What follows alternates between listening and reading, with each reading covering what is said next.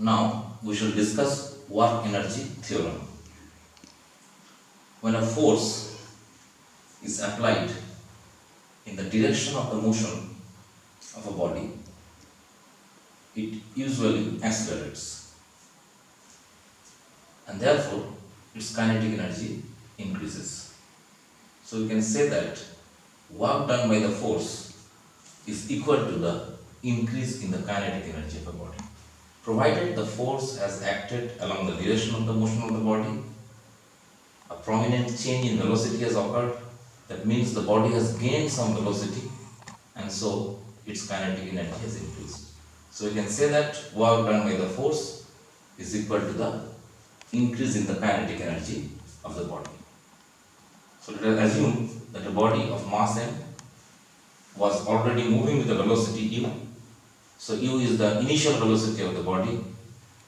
A force F has acted upon the body along its direction of motion, and the force has produced an acceleration A. Due to this acceleration, the velocity has changed to v. So we can say that v is the final velocity acquired by the body. And before acquiring the final velocity, the body has moved a distance s. So, as previously we have realized energy in terms of work, we know work is the product of the force and the displacement. Again, here cos theta is 1 because theta is definitely 0, as we have already assumed that the force is acting along the direction of the motion of the body. So work is just F into S. Cos theta is 1.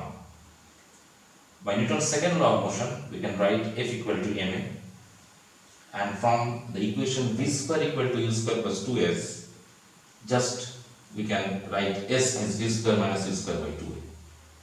U square comes to the left hand side, it becomes v square minus u square divided by 2a, which will give you s.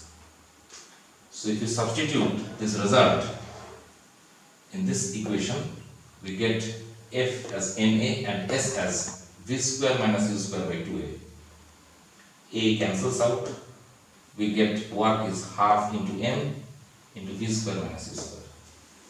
If you expand this term, we get w equal to half into m into v square minus half into m into u square.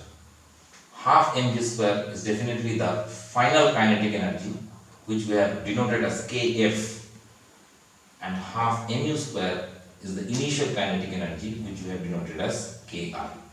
So work done is increasing the kinetic energy. Because u was the initial velocity, half mu square becomes initial kinetic energy ki.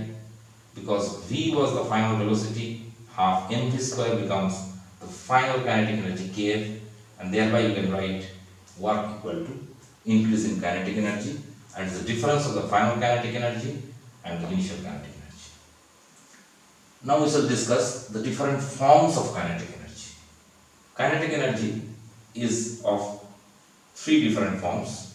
Either it is translational, or it is rotational, or it is vibrational. Whenever a body is moving along a straight line path, it is said to possess some amount of translational kinetic energy. So because the body is moving in a straight line, its kinetic energy is also called as translational kinetic energy. There are a variety of examples of translational kinetic energy. For example, a freely falling body has translational kinetic energy. A vehicle moving along a straight road has translational kinetic energy. A molecule of a monoatomic gas has also translational kinetic energy. Kinetic energy can also be rotational, provided the body is capable of rotating about a fixed axis. For example, the Earth rotating on its own axis has some amount of rotational kinetic energy.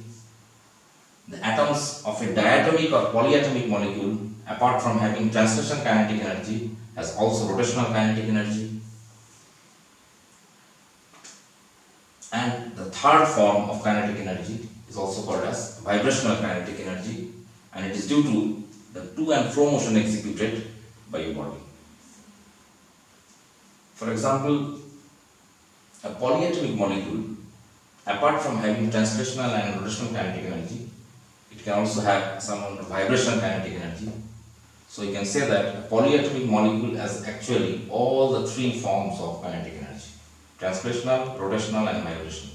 It is possessed by a polyatomic molecule. Vibrational kinetic energy is possessed by the atoms of a solid, because the atoms can vibrate in a solid. So different examples of translational, rotational and vibrational energy you can get in any standard textbook. But remember that all the forms of kinetic energy is possessed by a polyatomic molecule.